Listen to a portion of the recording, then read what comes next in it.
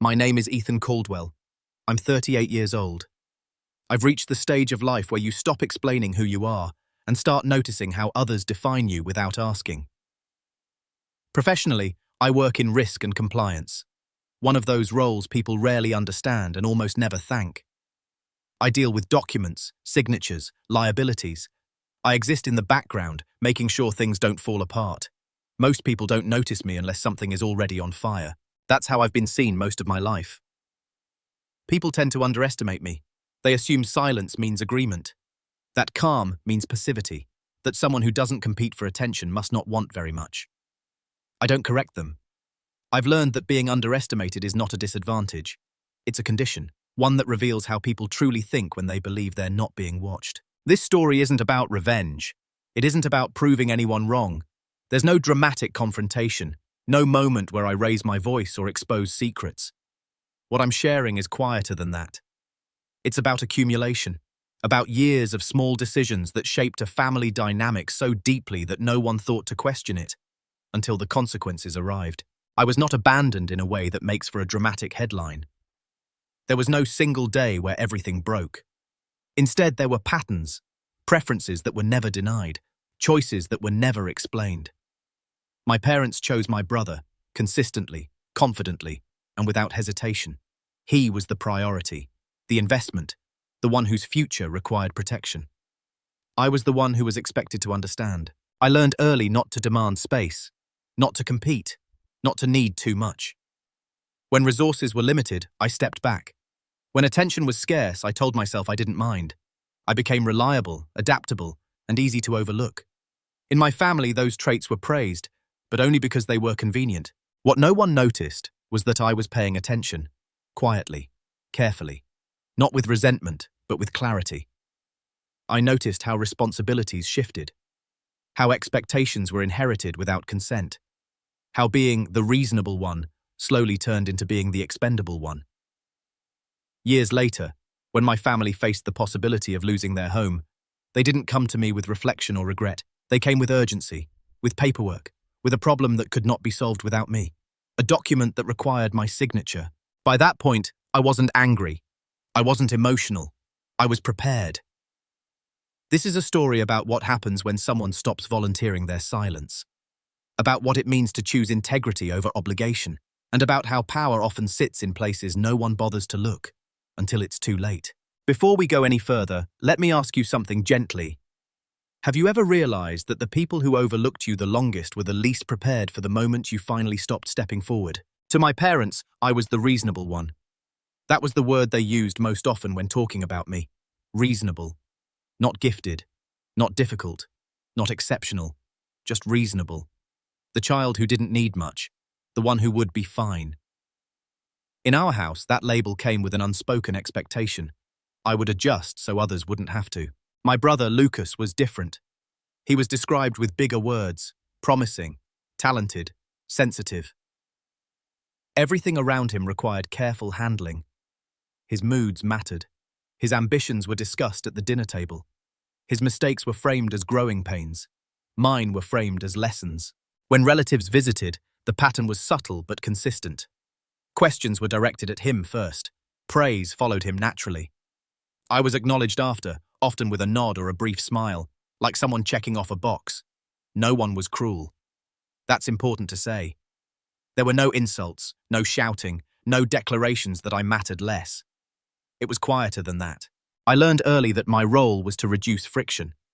If Lucas needed the larger bedroom because he studied more, I agreed. If money was tight and only one of us could attend an extracurricular activity, I stepped aside. Not because I was asked to, but because everyone assumed I would. And I did. At school, I performed well enough not to cause concern.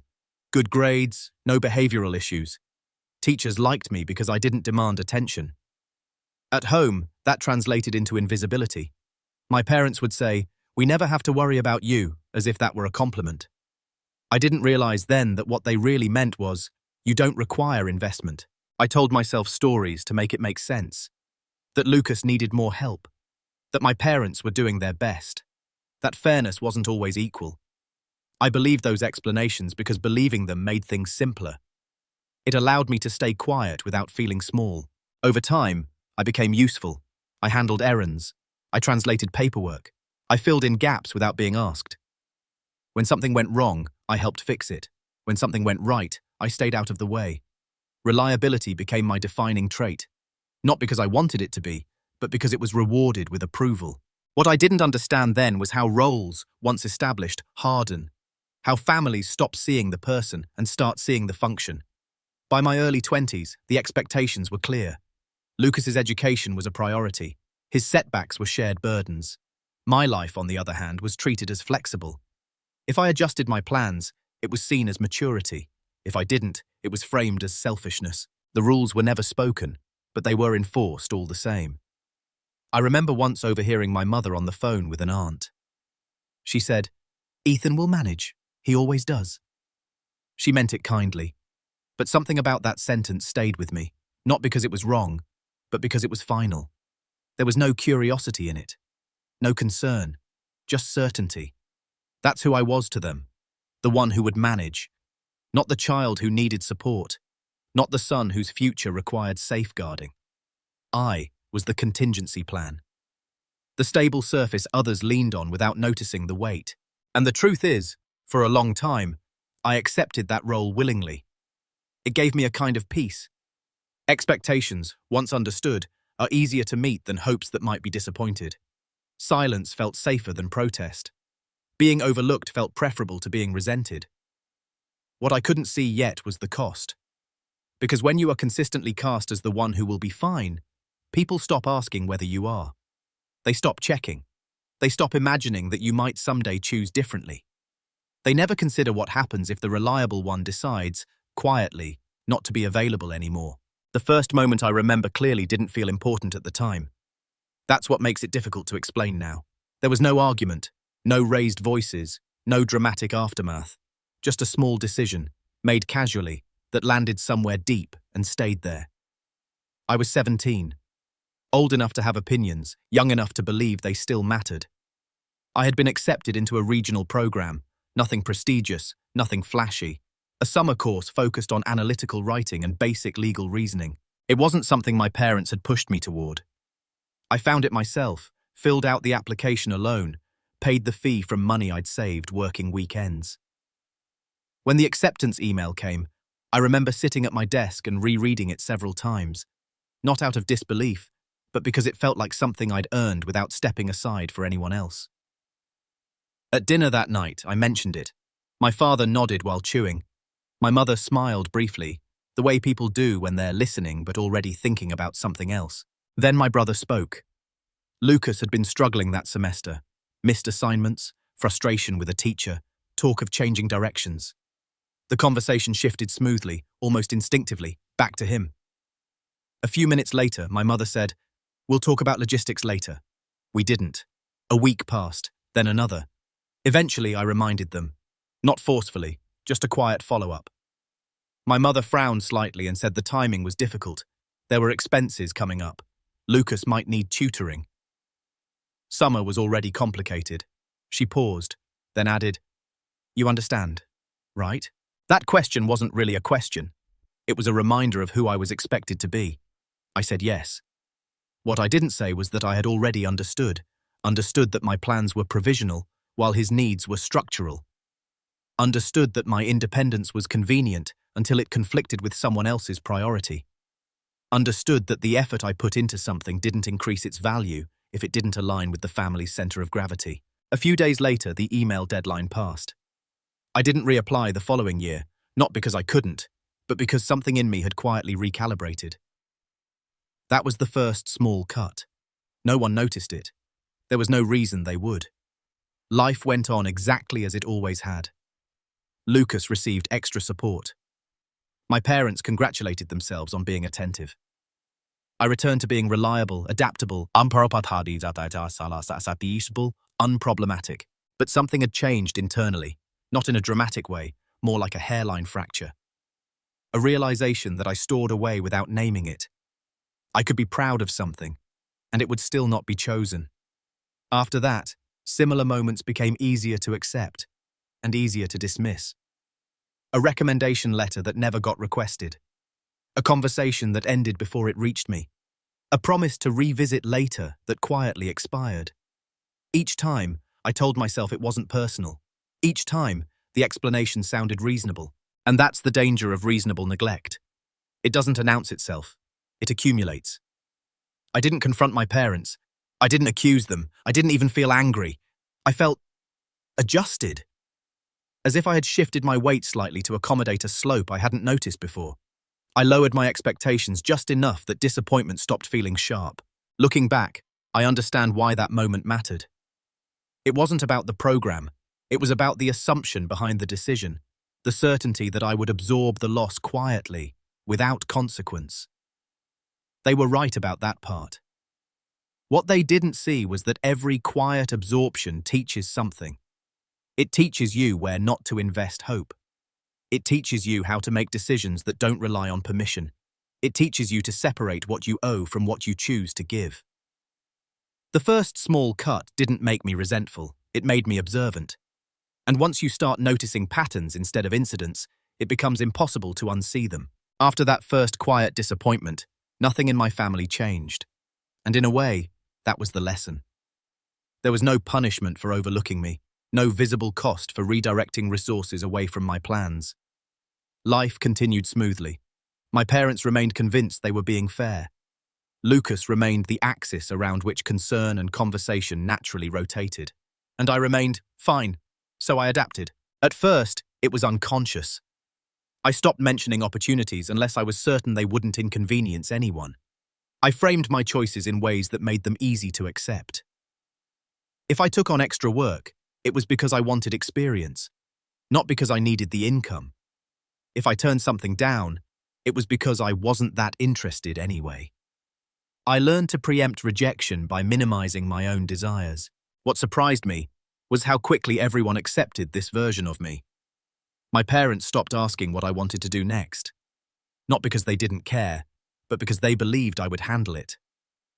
That belief, once established, became self-reinforcing. The less I asked for, the more capable I appeared. The more capable I appeared, the less support I was offered. Lucas, meanwhile, moved through a different reality. When he struggled, it was a family discussion. When I struggled, it was a private inconvenience. If he needed time, patience appeared. If I needed time, it was assumed I would adjust.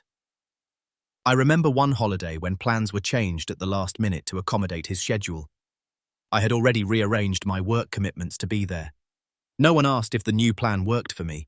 They simply informed me, casually, as if flexibility were an intrinsic trait I possessed, rather than a courtesy I extended. I said nothing. And that silence did something dangerous. It taught them that I didn't mind. That's how disrespect becomes normalized. Not through cruelty, but through repetition. Through a series of small assumptions that go unchallenged long enough to feel like facts. I wasn't being mistreated in obvious ways. I was being excluded from consideration. The difference matters. Because when people exclude you from consideration, they don't feel guilty. There's no harm, in their minds, because there's no visible protest. They assume alignment where there is only resignation. By my mid-20s, the role was fully set. I was the dependable one, the son who didn't need checking in on, the brother who would understand if plans shifted, the one who could be leaned on without being consulted. And I told myself this was maturity, that I was above competition, that independence was strength.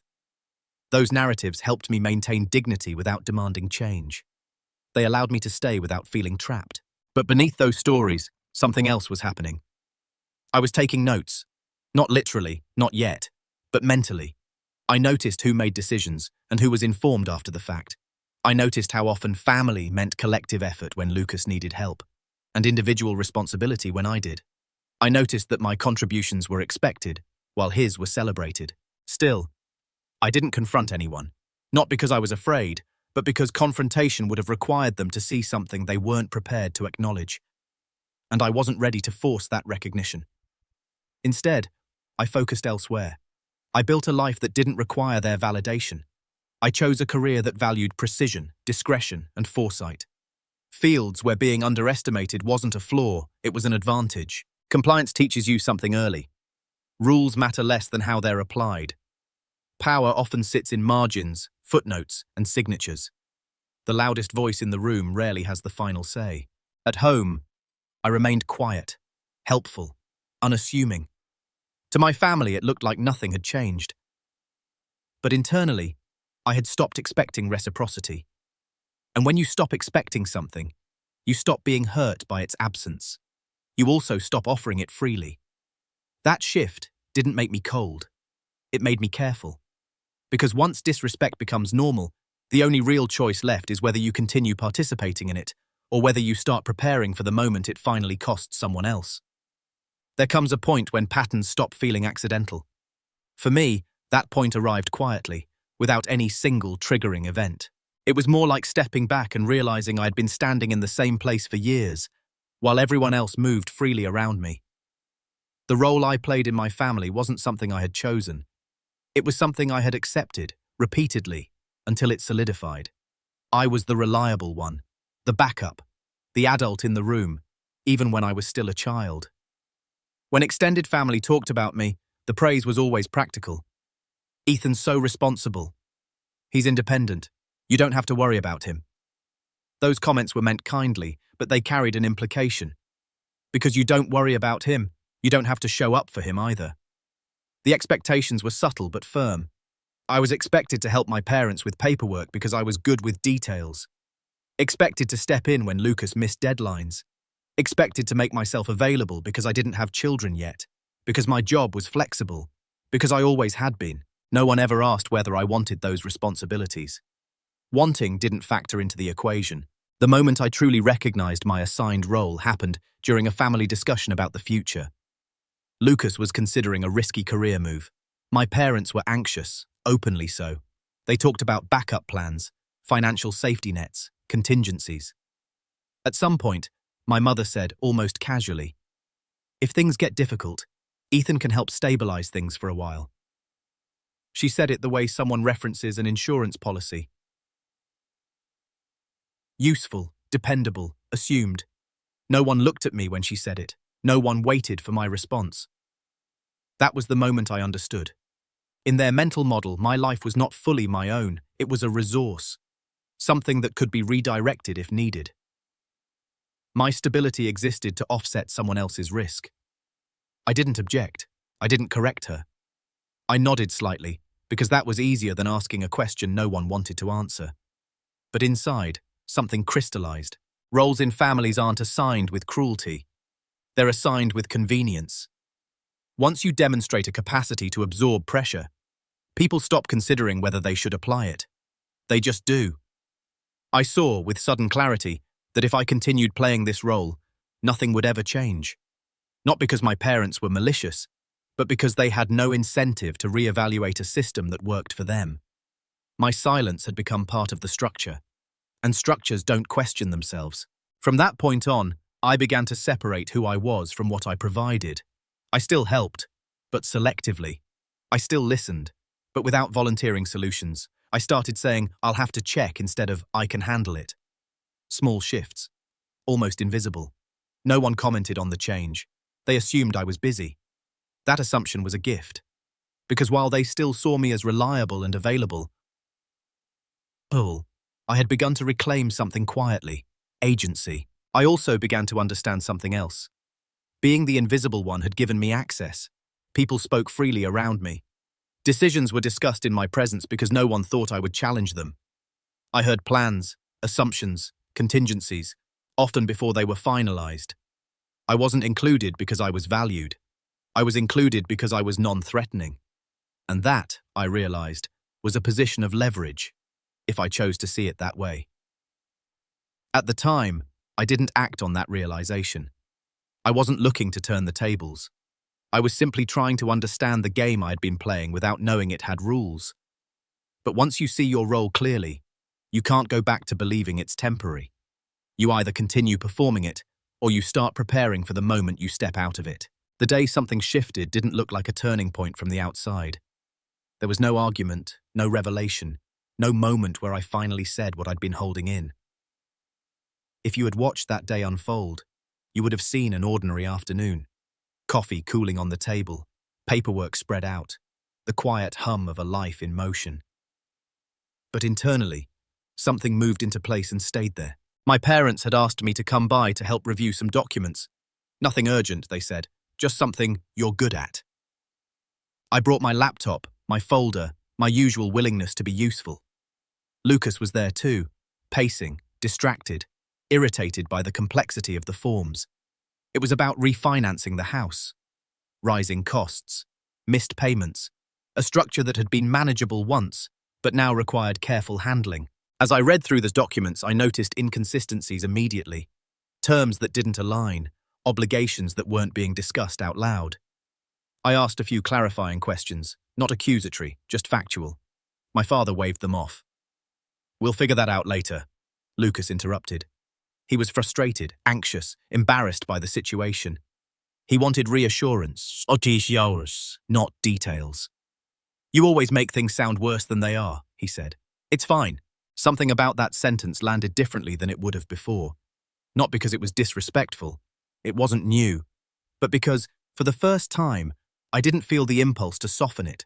I didn't rush to explain myself. I didn't shrink the concern to preserve the mood. I went quiet. In that silence, I realized something important. I was the only person in the room actually seeing the situation clearly. Not emotionally, not narratively, structurally. And yet, my clarity was being treated as inconvenience. That was the shift. For years, I had believed my role was to help my family avoid discomfort. That if I could just present things gently enough, responsibly enough, they would listen. But standing there, looking at numbers no one wanted to face, I understood that the problem wasn't how I spoke. It was that my understanding disrupted their preferred story. So I stopped trying to persuade. I finished reviewing the documents.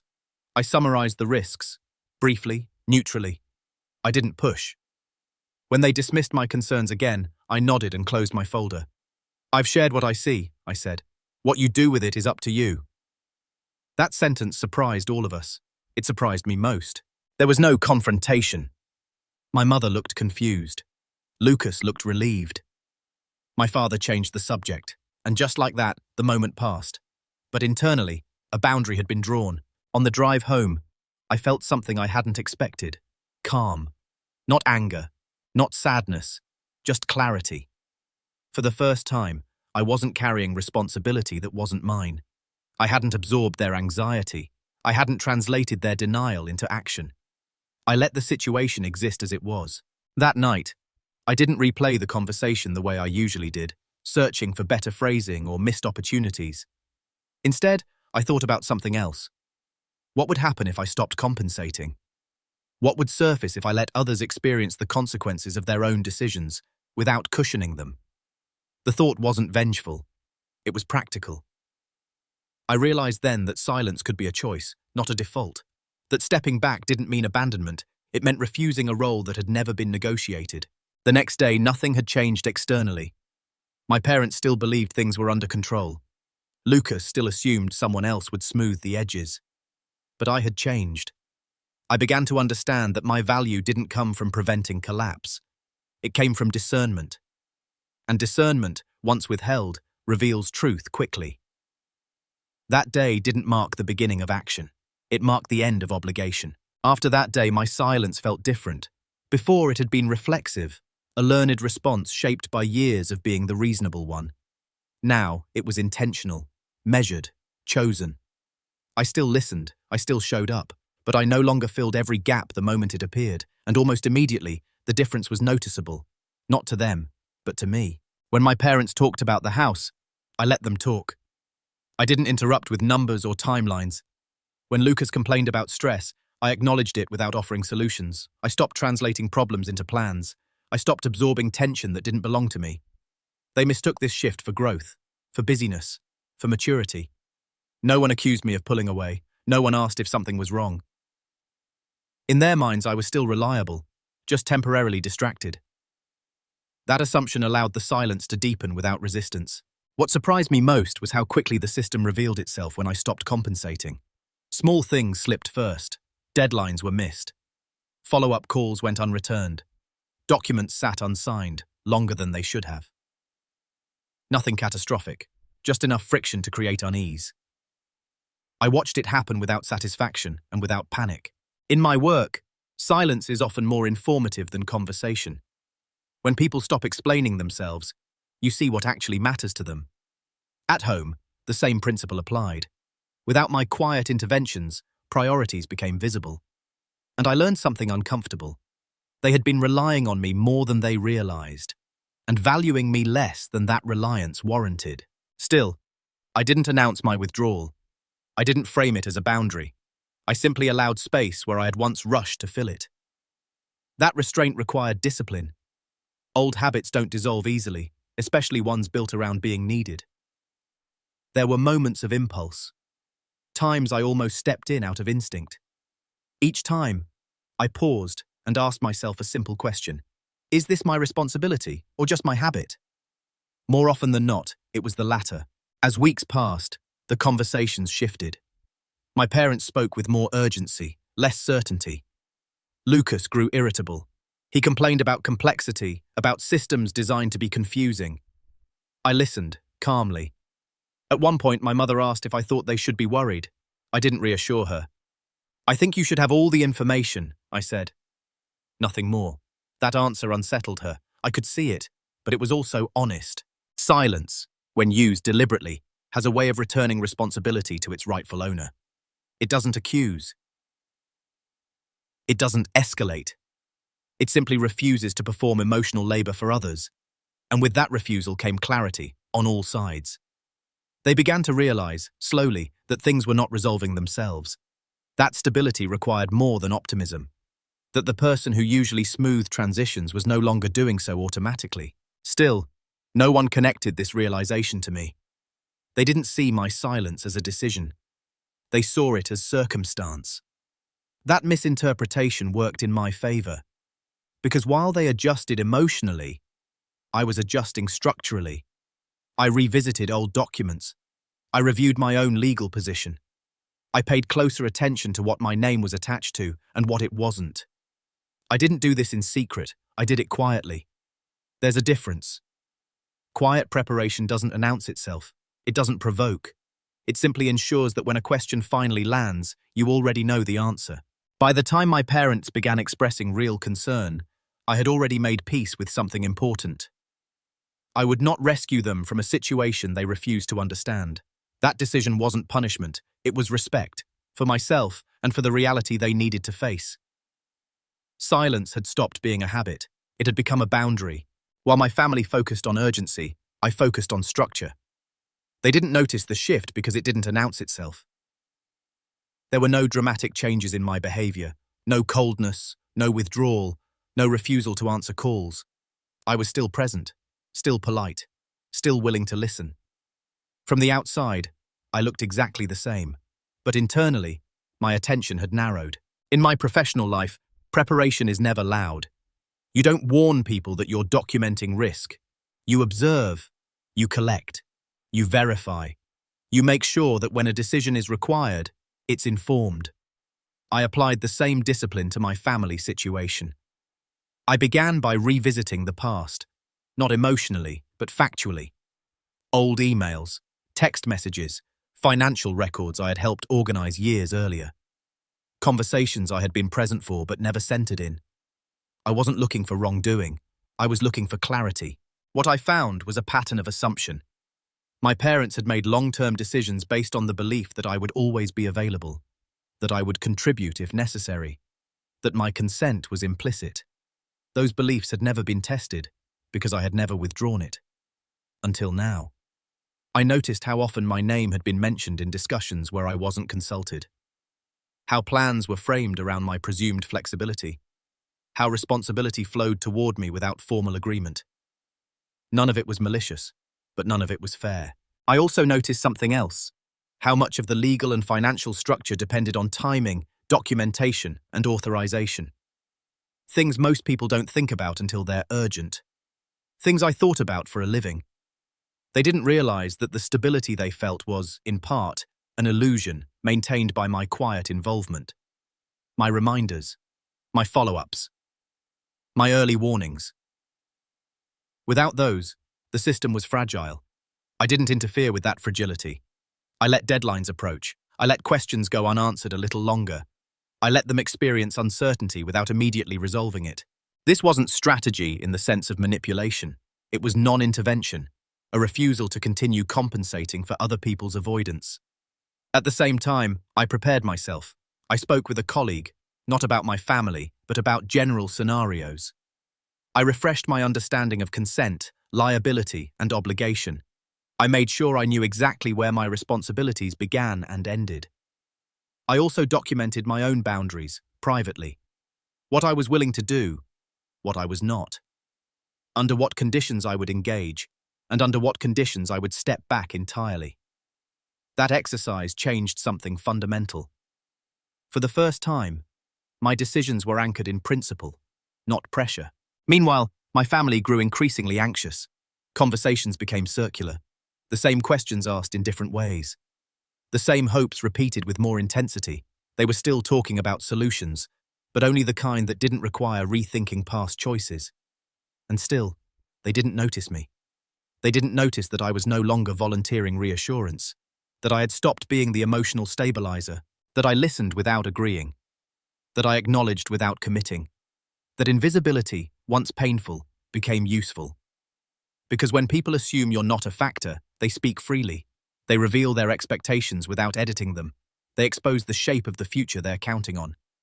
And in that future, my role was already written. I was meant to step in at the critical moment, to sign what needed signing, to assume responsibility quietly, so the story could continue without disruption. They never asked whether I agreed with that version of events. They assumed. By the time the first real warning arrived, an official notice, formal language, a deadline that could not be ignored, I was no longer surprised. I was ready. Not with an answer, with a decision. The letter arrived on a Tuesday. It was addressed to my parents, but I was the one who opened it. Not because I was snooping, because I was asked to. "You understand these things better," my mother said, handing it to me with a tired smile. The irony wasn't lost on me. The language was formal, precise, unforgiving. A notice of default, a timeline, conditions that had to be met to prevent foreclosure proceedings from moving forward. No emotion, no reassurance, just facts. I read it slowly, once, then again. What struck me first wasn't the severity of the situation. It was how predictable it was. Everything outlined in that letter aligned with the risks I had quietly identified months earlier. The only difference now was that denial was no longer an option. My parents panicked. Lucas paced. Voices rose, then fell into anxious fragments. They talked about calling the bank, about extensions, about temporary fixes. Everyone spoke at once. I said nothing. I asked to take the letter with me, to review the details. They agreed immediately, relieved that someone competent was handling it. At home that night, I spread the documents out on my table and read everything carefully. The notice itself wasn't the revelation. The revelation came when I traced the structure backward. Ownership, guarantees, authority. And then I saw it. The house wasn't just my parents' responsibility. Years earlier, during a refinancing process I had helped facilitate, my name had been added. Not as an owner, but as a guarantor. A technical role. One that required my consent for certain actions moving forward. At the time, it had been framed as a formality, a temporary measure. Just until things stabilize. I had signed without resistance, trusting that it wouldn't become relevant. It had become very relevant. Without my signature, key options were unavailable. No restructuring, no extension, no transfer of obligation. The bank required unanimous consent from all listed parties. They needed me, not emotionally, legally. I sat with that realization for a long time, not in triumph, not in anger, just stillness. This was the leverage I hadn't known I was holding, not because I was clever, but because I had been compliant, because my reliability had been quietly formalized without discussion. And now, that same reliability had a price.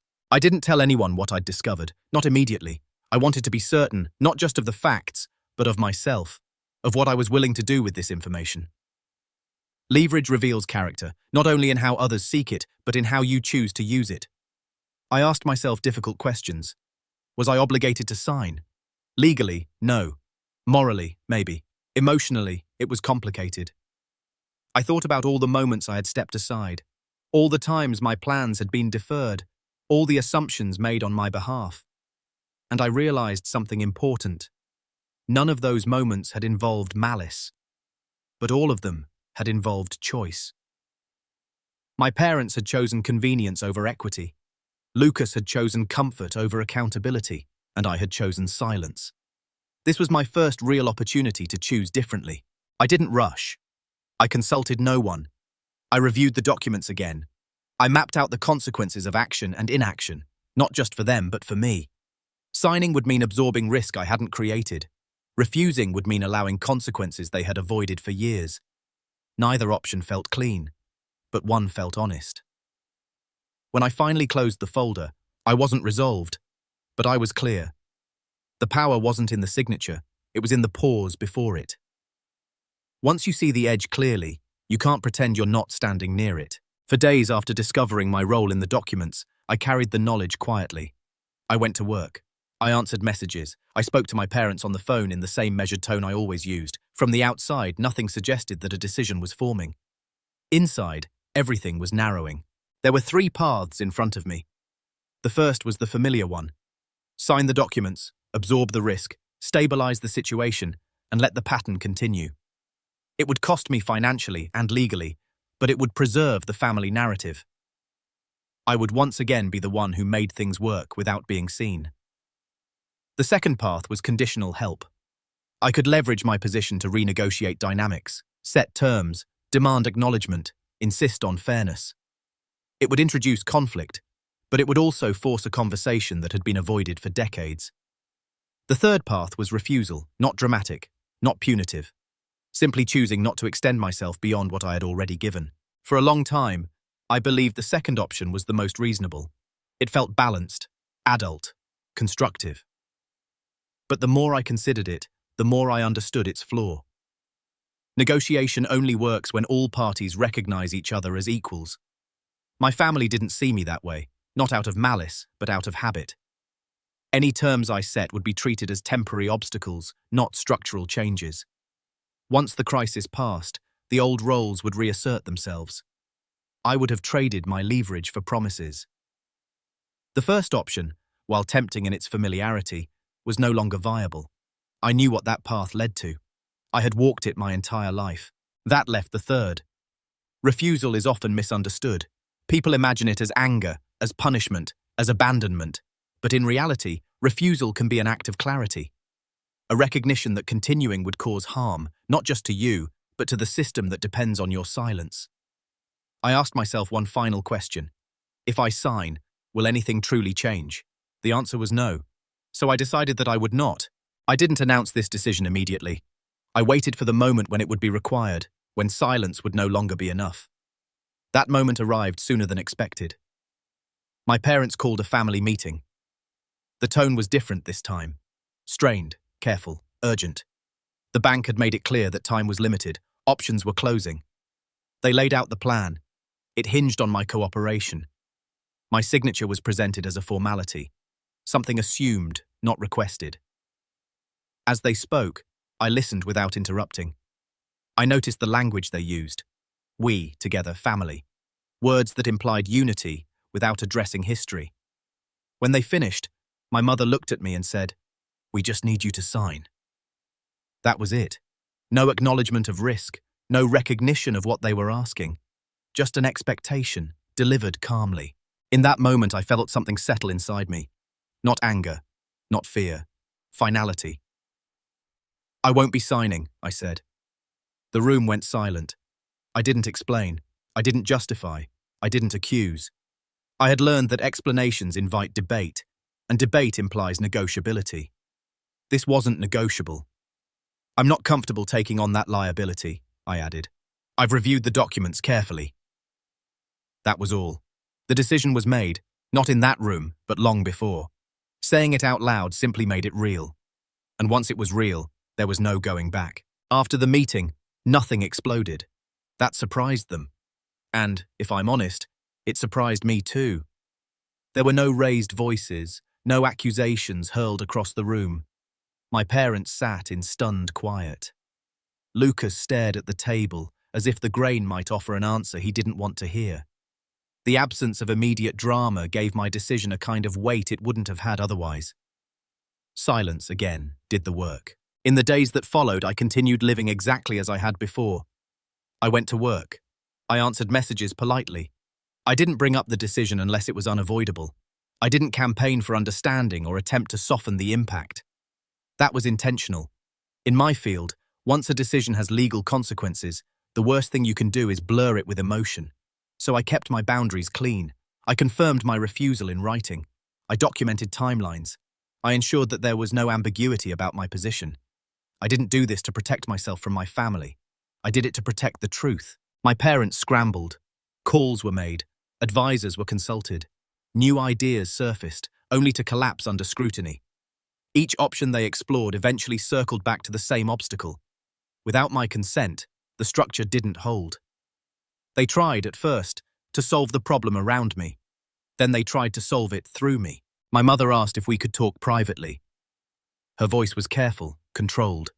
She spoke about fear, about stress, about how much this home meant to her. She didn't accuse me. She appealed to my sense of responsibility. I listened. I acknowledged her feelings. I didn't move. Lucas reached out next. His message was shorter, edged with frustration. He reminded me of everything our parents had done for us. He framed my refusal as unnecessary, even selfish.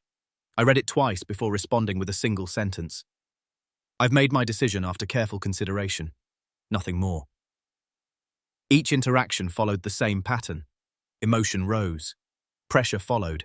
I stayed steady. Not cold, just clear. What they didn't realize was that this steadiness wasn't new. It was the same quality they had relied on for years. The difference was that it was no longer being offered in service of their comfort. Behind the scenes, consequences began to take shape. Deadlines approached. Options narrowed. Advisors became more direct. Language shifted from "should be fine" to "we need to prepare." And still, I didn't interfere. I didn't celebrate their discomfort. I didn't feel vindicated. What I felt was distance. Not emotional distance, but structural distance. For the first time, their problem was truly theirs. That separation changed everything. Because when you stop cushioning people from outcomes, they begin to confront not just the situation, but the assumptions that led to it. My parents started revisiting old decisions. Conversations I had been part of years earlier resurfaced with new significance. They asked questions they had once dismissed. Too late. By the time they understood the depth of the problem, the timeline had hardened. Flexibility was gone. My refusal had forced reality into the open, and reality doesn't negotiate. I remained present, but no longer available. That distinction, subtle but absolute, was the quietest, most powerful move I had ever made. Consequences rarely arrive all at once. They unfold in stages, giving people just enough time to hope something will still change.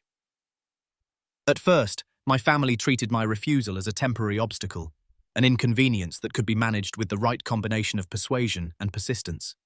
They were wrong. The first consequence was confusion. Advisors stopped offering reassurance.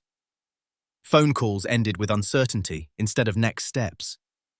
Language became conditional, if, unless, depending on. My parents relayed this information to me in fragments, as if proximity alone might soften it. I listened. I didn't intervene. The second consequence was strain. Financial pressure has a way of exposing fault lines. Small disagreements became tense exchanges. Lucas blamed timing, the market, the system. My parents blamed themselves, quietly, when they thought no one was listening.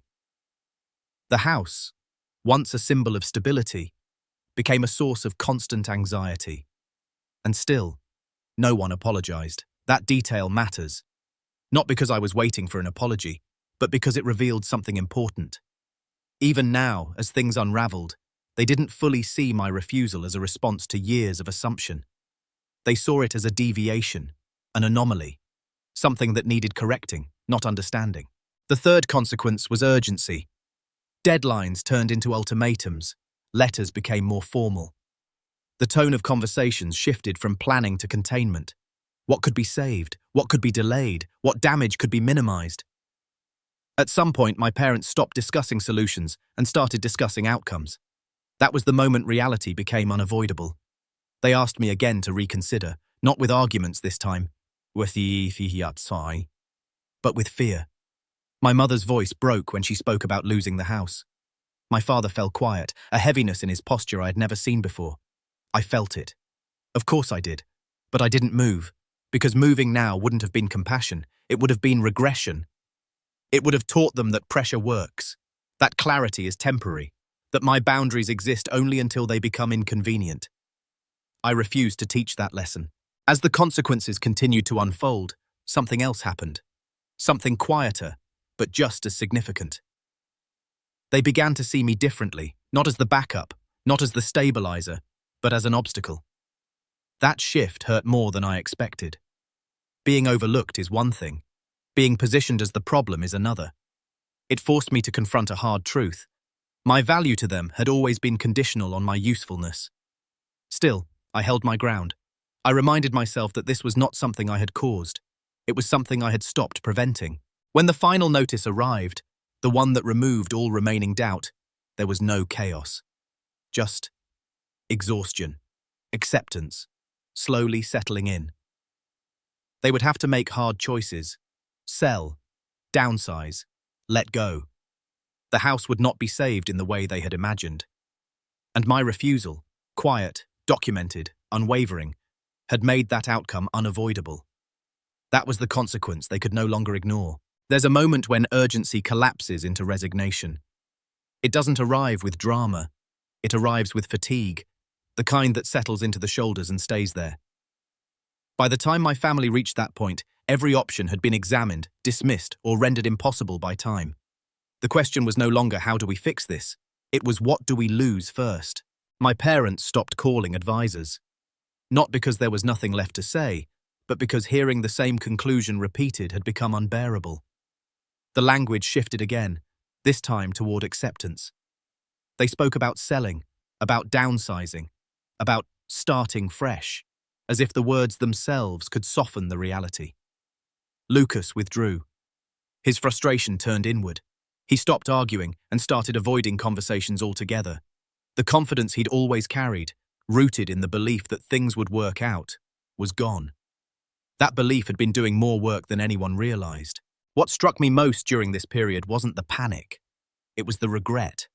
Not loud, not theatrical, quiet, heavy, and unproductive. My parents replayed old decisions out loud, trying to identify the moment where things had gone wrong. They never mentioned me, not my refusal, not my role, not the assumptions that had shaped this outcome. They spoke as if the crisis had emerged from nowhere, the result of unfortunate timing and external pressure. In a way, that was easier for them. Acknowledging my part, not as the cause but as the final variable, would have required acknowledging something deeper, that they had built a future that depended on my compliance without ever securing my consent. That realization came too late. At one point, my mother sat across from me at the kitchen table, staring at a stack of papers she no longer understood. She asked quietly, "Do you think we did something wrong?" The question wasn't about the house. It was about years. I chose my words carefully. "I think some decisions were made assuming I would always step in," I said. "I didn't know that was expected of me." She nodded slowly. There was no defense in her posture, just recognition. But recognition doesn't reverse consequences. By then, the deadlines were fixed. The market wasn't forgiving. The options that required my signature were no longer available, not because I refused, but because time had expired. That detail mattered. Even if I had changed my mind in that moment, it wouldn't have saved anything. The window had closed. The structure had already begun to dismantle itself. There's a particular kind of regret that comes from realizing you're not being punished. You're simply being outpaced by reality. That was what my family faced. Not judgment, not revenge, just the outcome of decisions made long before anyone felt ready to face them. They packed, slowly, carefully, as if treating the house gently might preserve something intangible. Memories surfaced in fragments, holidays, milestones, routines that had once felt permanent. I helped where it didn't compromise my boundary, lifting boxes, organizing logistics, being present without being responsible. That distinction held. No one asked me to reconsider, not anymore. The moment for negotiation had passed. What remained was adjustment. And in that adjustment, something irreversible had occurred, not just materially, but relationally. They could no longer pretend that I was simply the one who would manage. I had chosen not to, and the world had adjusted accordingly. The confrontation, when it finally happened, was nothing like the scenes people imagine. There was no shouting, no accusations thrown across the room, no emotional crescendo waiting for release. It happened on an ordinary evening, in a space that was already half empty. Boxes stacked neatly along the walls, furniture reduced to what was necessary. That setting mattered. There was no illusion left to protect. My parents sat across from me, quieter than I had ever known them. Lucas stood near the window, arms crossed, watching the street below. No one was angry. Anger requires energy, and by then, we were all tired. My father spoke first, not defensively, not with authority, just plainly. "We didn't think it would come to this." I nodded. "I know." That acknowledgement opened the door, not to blame, but to honesty. My mother asked the question that had been hovering for months. "Why didn't you help?" The way she asked it mattered. It wasn't an accusation. It was confusion, a genuine attempt to understand a decision that still didn't fit the version of me she had carried for decades. So I answered her calmly. "I've been helping my whole life," I said. "What changed is that I stopped doing it automatically."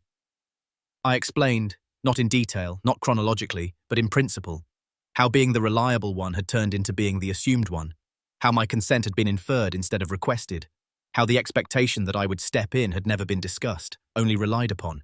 I didn't list grievances. I didn't revisit old wounds. I focused on the structure. Lucas interrupted once, his voice tight. "You could have said something earlier." He was right. "I could have," I agreed. "And you could have asked." That was the closest we came to conflict. Silence followed. Not uncomfortable, just full. In that silence, something shifted. Not forgiveness, not reconciliation, recognition. My parents began to see the pattern, not as an accusation, but as a framework they had never examined. They realized that fairness, as they had practiced it, was built on convenience. That love, in their household, had been distributed based on who needed more, without considering who was being depleted. My mother's eyes filled, but she didn't cry. She said something that stayed with me. "We thought you were strong enough." I nodded again. I was, and I still was. That was the point. Strength doesn't obligate self-erasure. Capacity doesn't equal consent. Reliability doesn't mean unlimited access. I didn't ask for an apology. I didn't need one. What I needed, what I'd already taken, was autonomy. The conversation ended without resolution in the traditional sense. No promises, no declarations that things would be different. Just an understanding that something fundamental had changed. We were no longer operating under unspoken assumptions. When I left that evening, there was no dramatic farewell, just quiet goodbyes. A sense that the story we had been living had reached its natural conclusion, not with a bang, with clarity. After everything settled, people expected a visible transformation. They expected distance, or bitterness, or a kind of emotional detachment that would signal how deeply things had gone wrong.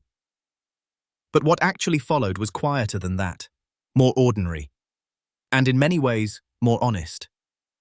I didn't cut my family off. I didn't rebuild myself as someone unrecognizable. I simply stopped occupying a role that had never belonged to me in the first place. That distinction mattered. In the months after the house was sold, our interactions changed. Conversations became shorter, more deliberate. There were fewer assumptions, fewer expectations disguised as requests. When help was needed, it was asked for directly. Sometimes I said yes. Sometimes I didn't. Both answers were respected. That alone marked a shift more profound than any apology could have. I also noticed something else, something internal. Without the constant background pressure of being the stabilizer, my mind felt clearer. Decisions that once felt heavy became straightforward. I no longer weighed every choice against how it might affect someone else's comfort. For the first time, my life felt proportional. I invested more deeply in my work, not because I needed to escape, but because I enjoyed the precision of it. The clarity, the fairness of systems that functioned on explicit rules rather than unspoken obligations. I built routines that reflected my values, not my usefulness. Mornings that were unhurried. Evenings that were mine. Relationships where reciprocity wasn't negotiated, it was assumed. And I learned something important about strength. For most of my life, strength meant endurance. The ability to absorb pressure without complaint, to stay steady while others leaned. But that definition had limits. Endurance, without boundaries, becomes erosion. Now, strength meant discernment, knowing when to step in and when to step back, knowing the difference between generosity and self-erasure, knowing that being capable doesn't mean being available to everyone all the time. I wasn't angry at my parents. I understood them better than I ever had. They had done what many people do. They organized their lives around the person who demanded the most attention, and they trusted the quiet one to hold the rest together. What changed was that I no longer allowed that trust to substitute for care. Lucas and I are different now, not distant but honest. There's less familiarity, more respect. He no longer assumes I'll catch what he drops, and I no longer resent him for having once expected it. That resentment belonged to an earlier version of me. Who I am now is simpler. I'm someone who listens without absorbing, who helps without disappearing, who understands that love, to be sustainable, must be chosen, not extracted through silence. I didn't win anything. I didn't lose everything. I reclaimed myself. And that, I've learned, is the quietest form of dominance there is. When people hear this story, they often ask what the moral is, as if there's a single lesson that neatly explains everything that happened. There isn't. Life rarely offers conclusions that clean. What it offers instead are patterns, and the chance, sometimes late, to recognize them. For a long time, I believed that being the quiet one was a virtue, that understanding without being understood was a form of maturity. That love meant adjusting myself to fit the needs of others, even when those needs were never questioned. I don't believe that anymore. What I've learned is this: families don't usually break because of cruelty. They fracture because of convenience. Because roles are assigned early, reinforced often, and almost never revisited. Because the person who asks for the least is trusted to carry the most. Until one day, they don't. My refusal wasn't an act of revenge. It wasn't meant to teach anyone a lesson. It was an act of alignment between what I was capable of doing and what I was willing to sacrifice. For the first time, those two things were no longer the same, and that difference changed everything. My parents didn't lose their home because I said no. They lost it because too many decisions had been built on assumptions that were never examined. My brother wasn't harmed by my boundary. He was confronted with a reality he had never been required to face. And I didn't gain power by withholding help. I gained integrity by choosing not to disappear. If there's one thing I hope stays with you, it's this. Being dependable is not the same as being obligated. Love that depends on your silence is not love. It's convenience dressed up as trust. You're allowed to be capable and selective, supportive and self-directed, present and protected. Quiet dominance isn't about winning. It's about refusing to be written into a story where your role was decided without your consent. Sometimes the strongest thing you can do is nothing, until doing nothing becomes a choice, not a habit. And when you finally choose yourself, the world doesn't end. It adjusts. Before I end this, I want to ask you something, not rhetorically, but honestly. Have you ever been the one everyone assumed would manage? And what do you think would happen if you quietly stopped? If this story resonated with you, I'd like to hear your thoughts in the comments.